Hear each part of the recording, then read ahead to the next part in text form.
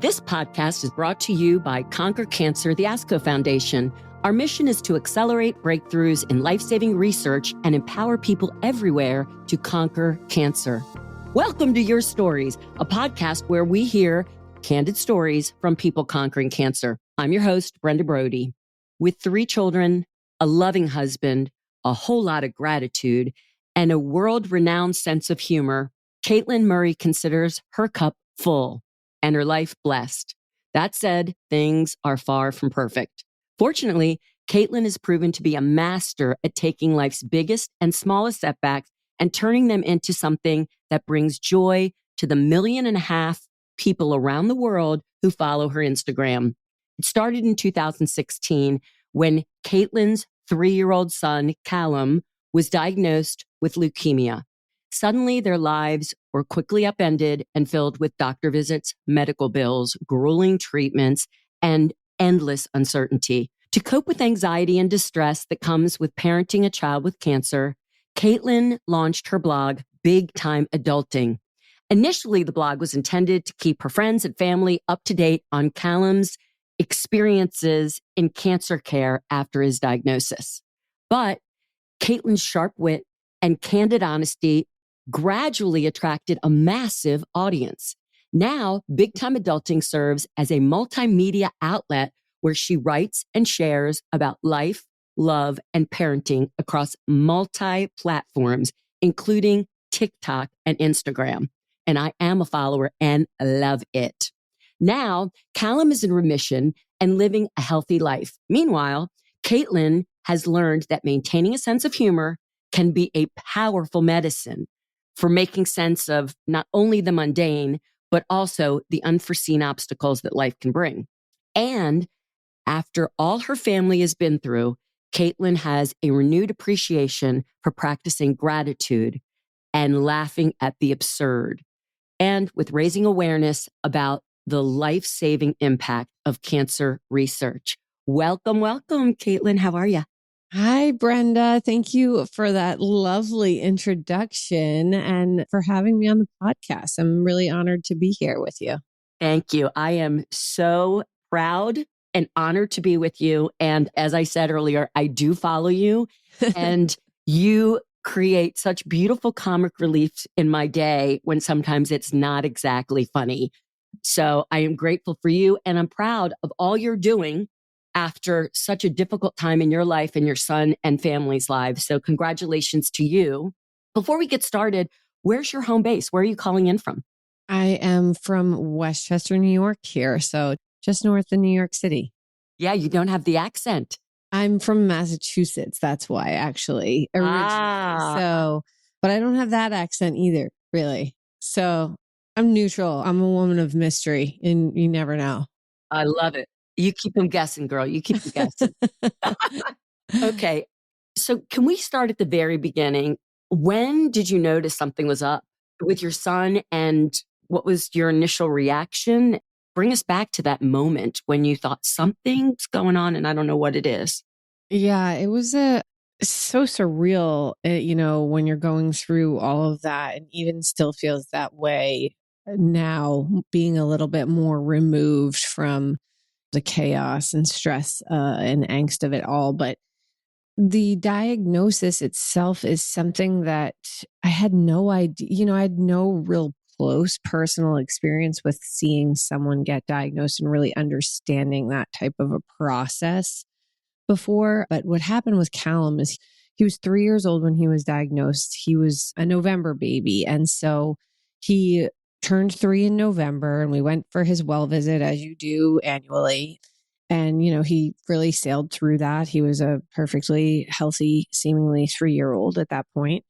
However, hindsight's 2020. Sometimes I'm like, were there little things going on for longer than it became apparent to me that something was really wrong with him? Moving into December, he had gotten sick with some sort of a virus, which was really typical for that time of year, cold and flu season. And he was in a little school and germs are everywhere. So he had first gotten a stomach virus. Then he got this upper respiratory thing and he just was not getting better and he was getting worse. In fact, he just was totally lethargic, had no energy. He had asked to take naps again when he had already started dropping this afternoon nap that toddlers tend to take. And he had no appetite and his color was really pale. And then on top of that, it was these things that like, could they have been part of his viral infection that was going on? Very possibly. Yeah. 99.9% of the time, that's all it probably would have been.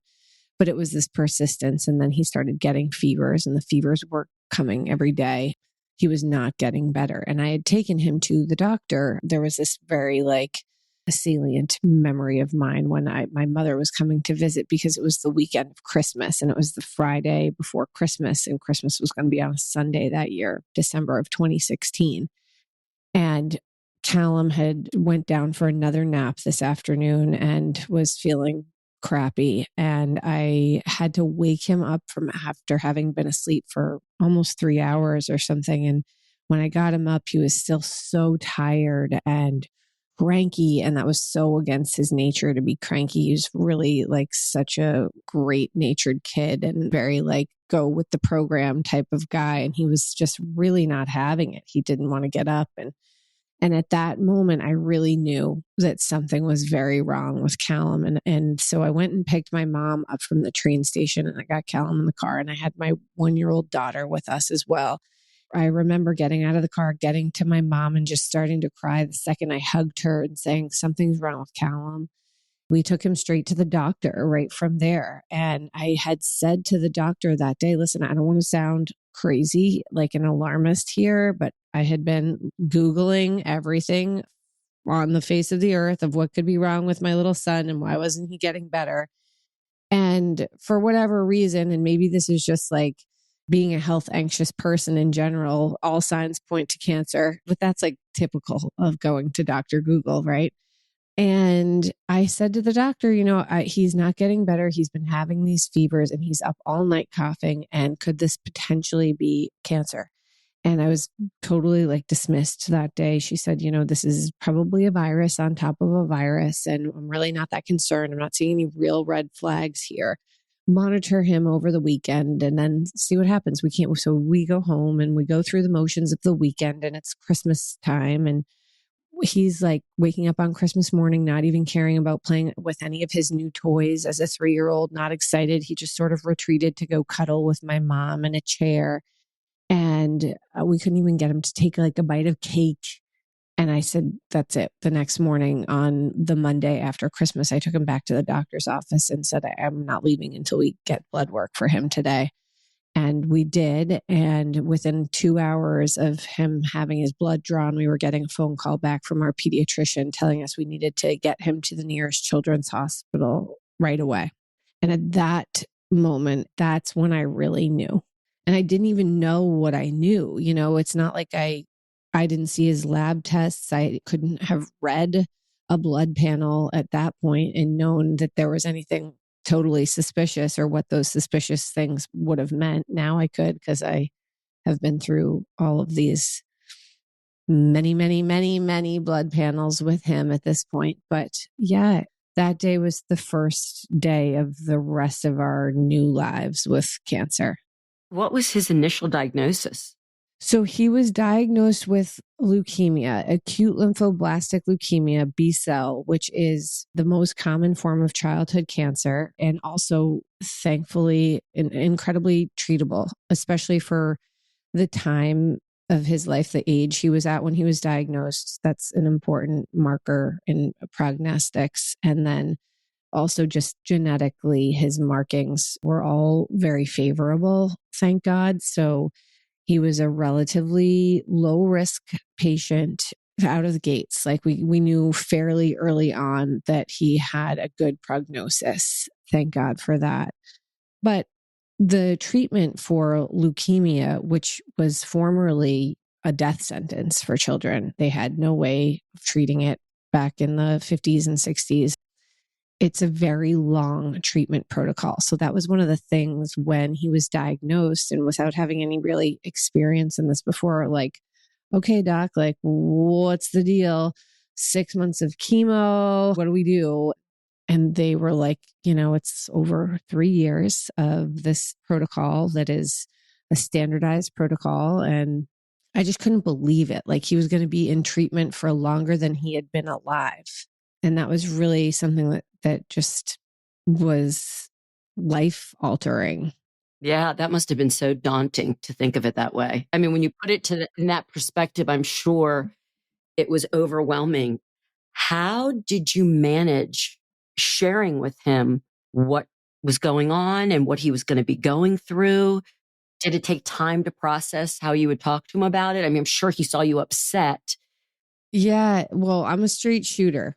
So I pretty matter of fact with him. And I think, like, in general, that's a great way to be with kids, because for a 3-year-old, there's no prior knowledge of like the gravity of what he was going through. He had no concept of what the word cancer even meant. So in that sense, it was a huge weight off of my shoulders not to be dealing, say, with an older child who might have had a lot more understanding about how scary cancer is and that kind of thing. So it was sort of, your blood is sick and it's going to take a while to get your blood healthy. And we have to come to the doctor a lot for this. And you're going to have to do these medicines. And so I just really, as plain and simple, age appropriate terms as I could find, that's how we explained it to him. Calum was really unique.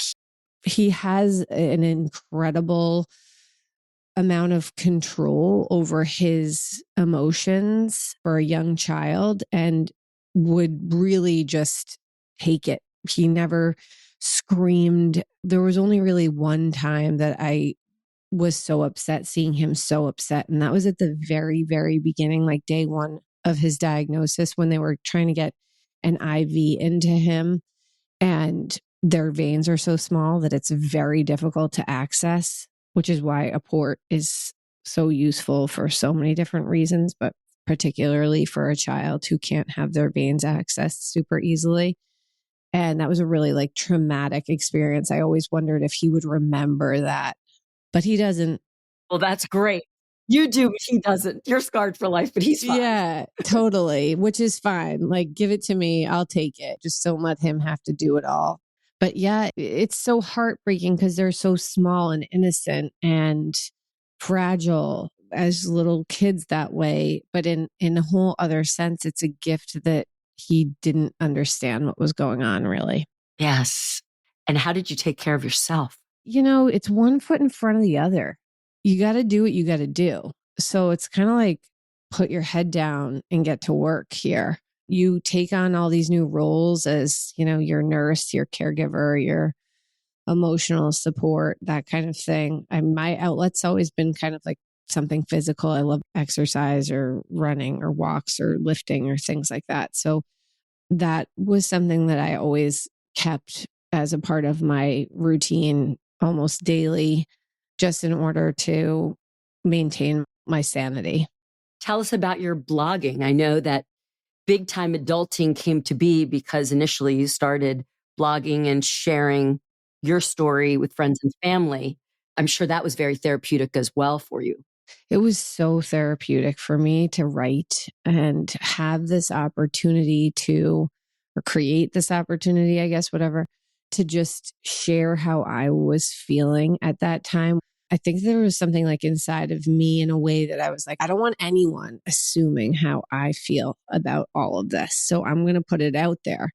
And I was able to do it in probably a very characteristic way of me, which was like honest, but also with humor and anecdotal parts of it, with like a bit of a lesson that I took away from a long day at the hospital or something I saw at the hospital that day or something that really struck me that I was able to just put down on paper, if you will. I started out writing them as emails. And then about after a year of having been sending these emails to our family and friends to update about Calum, I compiled them onto an actual blog so I could have somewhere that they were organized, that I could go back to look at them. And then at one point I named the blog Big Time Adulting. I don't know why. I think that like it was funny to me now looking back. I think I named it like I knew that I wanted it to do something, or I knew I wanted to do something with it. I'm like, I'm going to give it a name. And at some point, a person who lives in our town, a woman who is in editing, had read it from being passed from a friend. And she said, could I show your blog to our publishers? And I was like thrilled. And yes, of course, that would be even just feedback or something. And I think the feedback was sort of like, the writing is fine, but like this woman has no following. Like we're not giving her a book deal, kind of, get out of here. And so at that point, I was like, you know what? I'm going to start an Instagram page called Big Time Adulting and take this show on the proverbial road and see what happens. Well, and that you've done, and you've done it really well, really done it beautifully. But it's funny you mention this because when I was sick, I did the same thing.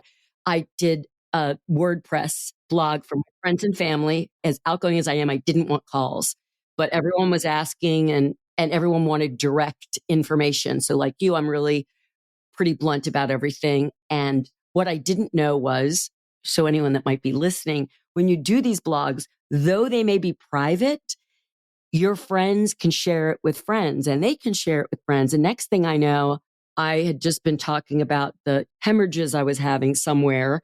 And I'm walking down the street and a cousin of a cousin's friend is like, hey, how's it going? I know you've been having trouble down there. I was like, oh my God, I'm so mortified. I love though that it was shared for you and now you have an opportunity to give back through Instagram and through TikTok and through your blog because you have a natural gift at it, but also people going through and listening that might have children that are going through leukemia or something like it will know there is happiness through the storm. You're giving them such a gift. So I applaud you because everyone needs hope. And that's something when you're going through it that nobody feels. Thank you. It's been one of the best and worst like parts of having this page, or hardest, I should say, not worst, but that I do hear from so many families of kids who have been diagnosed with cancer because they know about me. And it's hard to keep hearing of all of these kids who are going through different types of cancer, and many of them who do not have such positive prognosis that we were so blessed to get.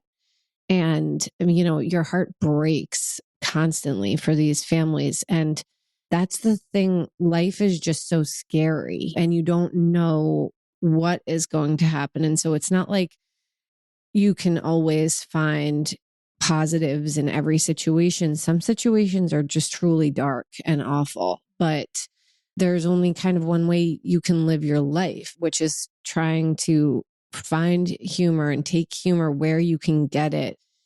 And you could live your life in fear of like the worst thing happening all of the time, but it's not a great way to live. That's a beautiful outlook. I could not agree with you more.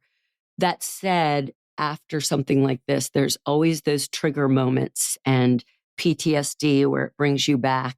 And I can't imagine, it was hard enough going through it myself. I cannot imagine being a mother of a child going through it. As a parent myself, I just can't even imagine. What do you do? Or maybe you don't have those moments, but if you do have those trigger moments or those PTSD moments, what helps you get through those moments? Yeah, I totally have those because I feel a lot of anxiety around health in general. And it's not necessarily directed at Calum at all. It's either, one of my other kids or myself or my husband. And it's this sort of looming fear that there could be a terminal illness behind even a small thing that could happen. But if it's not something that I know exactly what it is right away, it's one of those things where I feel like I need to get to the bottom of this. What is this? And I'll feel really anxious until I have some sort of peace of mind over it. Over time, I think that I've been able to coach myself a little bit better in a way that I have to intellectualize this and say, I know that 99.9% of the times, whatever my greatest fear of this situation was not what happened. And that this feeling that I'm taking on, this angst and this weight and this tightening in my chest that I'm getting over this is not helping me. And it's a feeling. It's not a sign. It's not a premonition of what's to come. It's a feeling, and I can let go of it. And it's hard. I can't always do that, but I'll have that feeling when something will come up and I'll be like, you know what? I have health anxiety. I have health anxiety. I have health anxiety. That's what this is, you know? It's great to claim it, right? It's great to claim it and bring yourself and talk yourself back into reality. Yeah. It's not easy to do. I have the same issue, but it's great that you found a way to do that. And then I'm sure creating comedy around it as well helps because you know you're helping others. How long has it been since his last treatment? Calum finished treatment in March of 2020, if you can believe it, because I think we all know exactly what happened in March of 2020, the global pandemic that took hold over all of us. And yeah, that was crazy timing. That sucked. I will say that because it was this date, going back to what I was saying about having no idea, like concept of how long this treatment process was going to take. And then having this, they gave us a date. They were like, it's March 7th, 2020, and when he'll have his last treatment according to the schedule, if everything goes according to plan here. So I had this date in my mind, and it was almost exactly to the day where school shut down, everything shut down. That's incredible. Yeah. So it was this time where I was really anticipating being able to take a breath, take a beat, and maybe take our family on a vacation and do something in celebration of finishing this brutal treatment protocol. And it was right back to what we had been doing. It was like, oh boy, go home, isolate. That's eerie. That's isolating. I feel you on that. That's had to have been it was hard for the world, but for someone who goes through treatment or goes through treatment with someone as a caregiver, we are away from the world. We have to be because our counts are so low. So I can't imagine that being right it backed up to or during COVID. That must have been unbelievable. It made me very anxious because it was all of this. I have no control over my life that I was coming to terms with. And that definitely made me spiral for a little while. That was a tough year, almost tougher than year one of cancer. Right. And there's always a lot of PTSD after. No one ever talks about it or realizes that when the treatment is done, no one's done because the world has gone on. But we, the core patient and caregivers, are still dealing with it. Those years right after are really, really hard for everyone involved. So the positive is you got this blog together and you have been lifting 1.5 million people up daily. I just can't even process, which is so great. And I'm sure it brings such joy to you as well. I just am in awe. What are some of the surprising experiences and opportunities that big time adulting has opened up for you? I know you had mentioned that people are reaching out to you and sometimes it's good and sometimes it gives you an ache in your heart.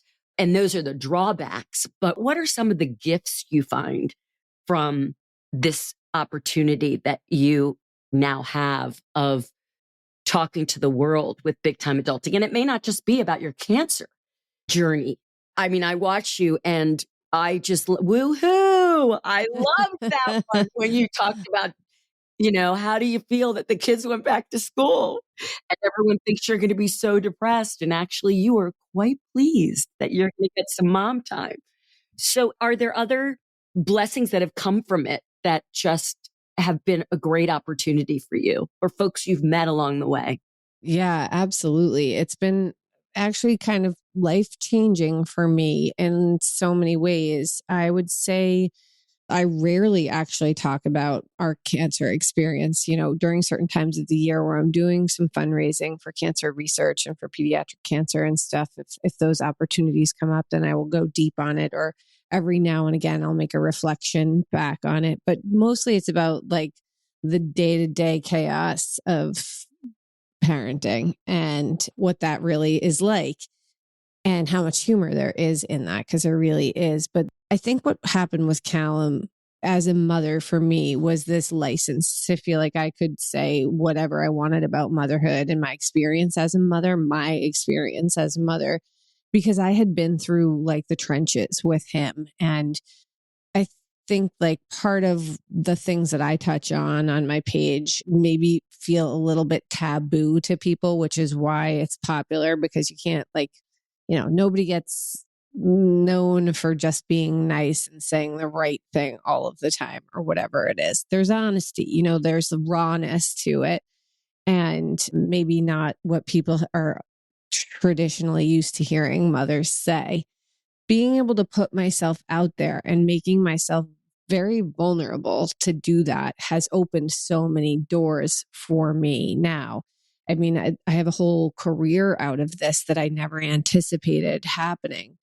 It's not to say that like at some point along the way of my life, I didn't feel as though I could use sort of some of the things that I think that I do well over there for career purposes. I just didn't know that this would be the thing.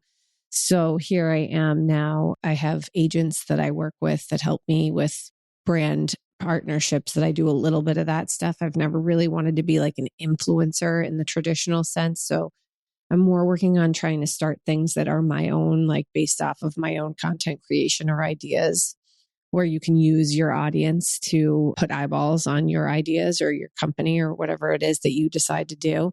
I have started writing my book, and I have a newsletter, and I love writing that, and all kinds of things that I'm doing, all kinds of little irons on the fire. It's opened up so many doors for me. And it's wild to see like some of the people that follow me on Instagram that are celebrities and really well-known people in the entertainment industry, that kind of thing, that it's like, what? I can't believe you sort of know who I am. But you've taken a difficult thing and you've touched people's lives because you're saying things that we all think and we might not say. And we appreciate it. And everyone wants to get out of their own stories and hear others and connect with people. And I think that's something that we learned during COVID too. We were all home alone and felt isolated. And I'm sure you have a large following of parents with kids who have cancer, and they're seeing that you're relatable and you're surviving and you're thriving when they feel right now they're hopeless. So it's a wonderful experience. I'm really excited for you. Tell me about your perspective now on cancer research. Did the experience change how you think about cancer research, or how often you think about it? While Calum was in treatment, in fact, he had a treatment protocol change as a result of a trial that had gone on.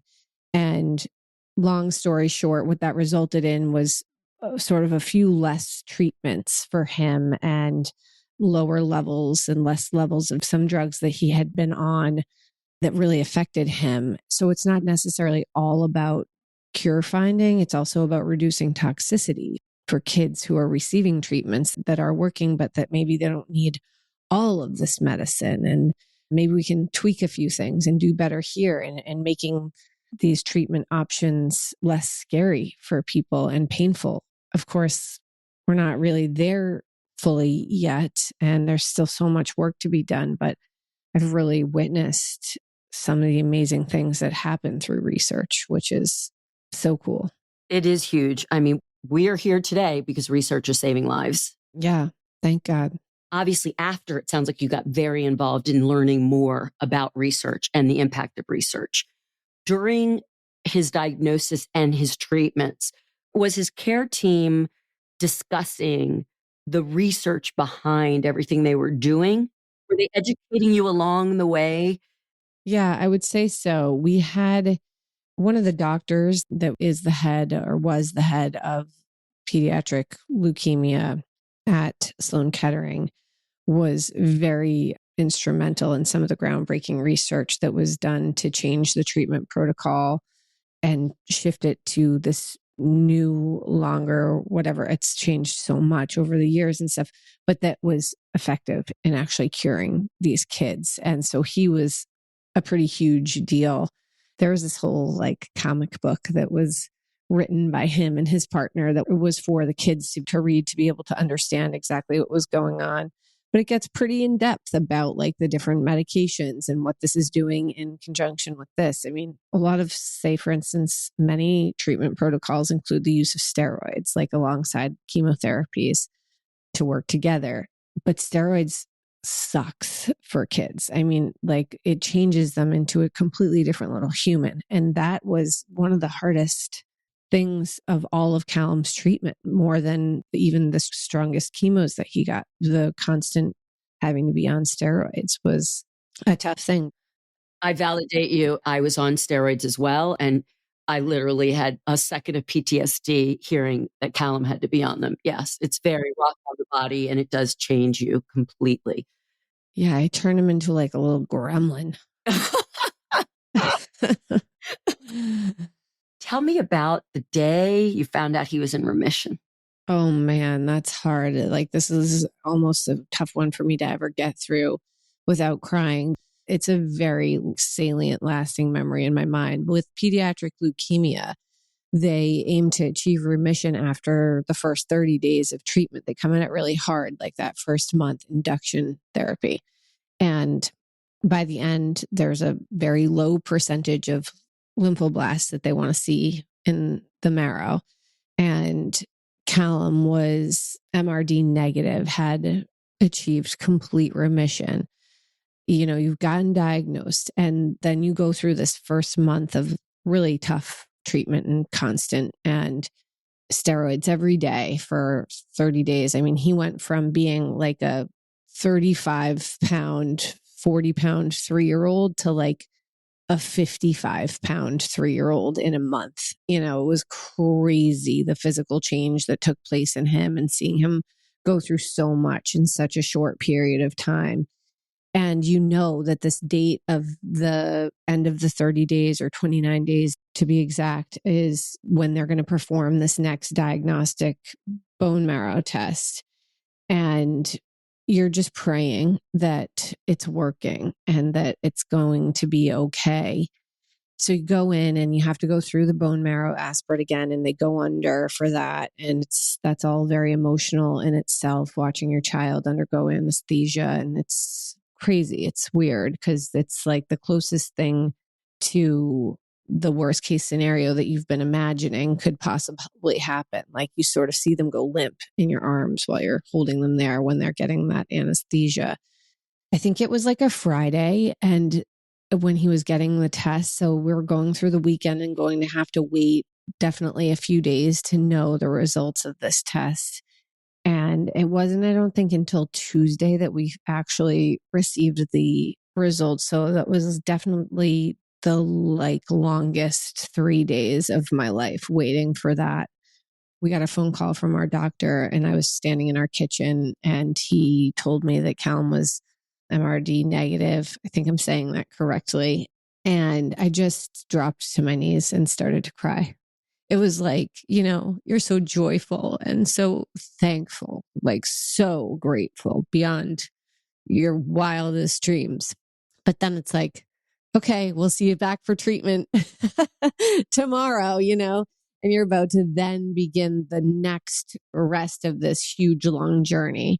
So Calum has been in remission since that first month, went through treatment for over 3 years, finished 2020. And then I think like technically it's 5 years post-treatment. So it will be this upcoming year that will celebrate his cure.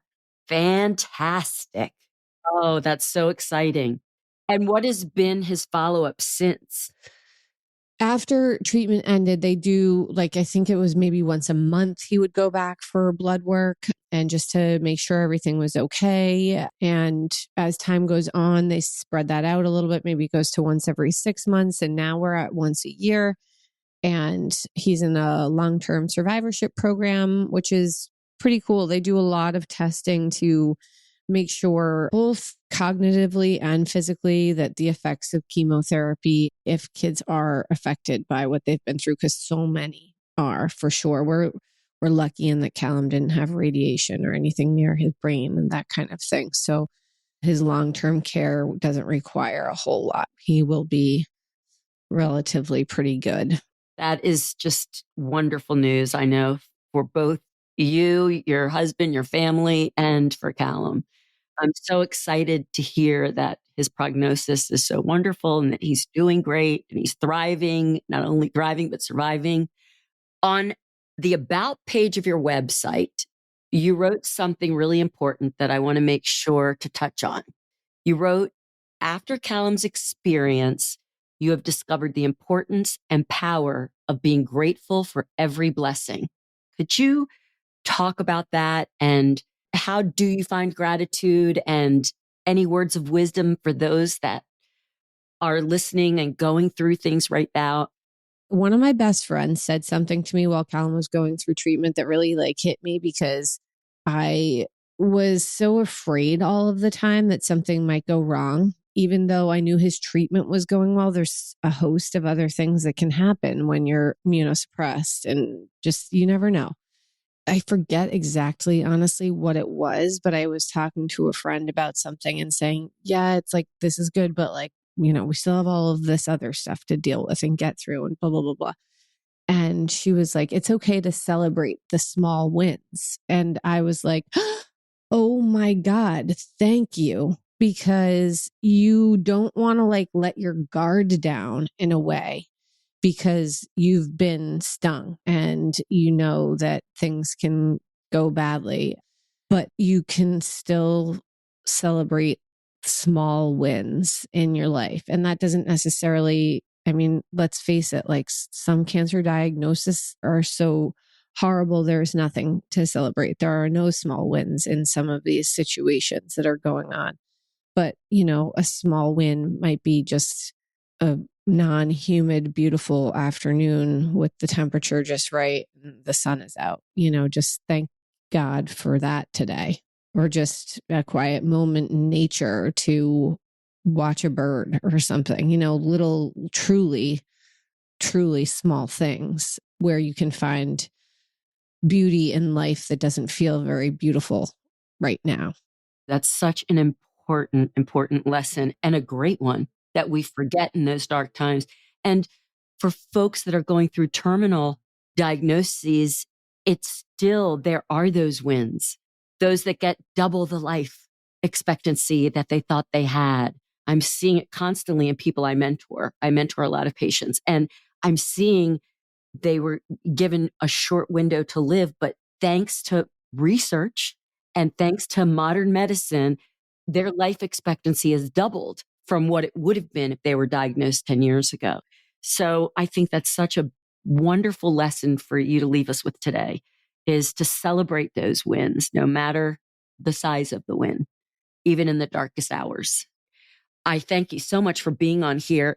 As we leave today, as a mother of a pediatric cancer survivor, what does conquering cancer look like to you? Conquering cancer would look like to me people not having to face a point where they've run out of options. So it's just continuing for me, helping what I can do to raise money for research, just so that's the one thing that I'll just never stop doing that, because my wish, my prayer, my extreme hope is for there to be a day where no family has to ever hear that there are no options. Amen to that. May there be one day. And like you, I believe that cancer research saves lives, and I will do everything I can to raise money for research. And I do. Being involved with Conquer Cancer is the greatest gift in my life, because I feel every day when we're raising money for research, we're helping someone that hopefully one day won't go through what we've gone through. I believe that day will happen, and I really hope within my lifetime. And thank you for listening to this podcast brought to you by Conquer Cancer, the ASCO Foundation. Conquer Cancer is creating a world where cancer is prevented or cured and every survivor is healthy. You can make a gift at conquer.org/podcast. The participants of this podcast report no conflicts of interest relevant to this podcast. Full disclosures can be found on the episode page on conquer.org. The purpose of this podcast is to educate and to inform. This is not a substitute for professional medical care and is not intended for use in the diagnosis or treatment of individual conditions. Guests on this podcast express their own opinions, experience, and conclusions. Guest statements on the podcast do not express the opinions of ASCO. The mention of any product, service, organization, activity, or therapy should not be construed as an ASCO endorsement.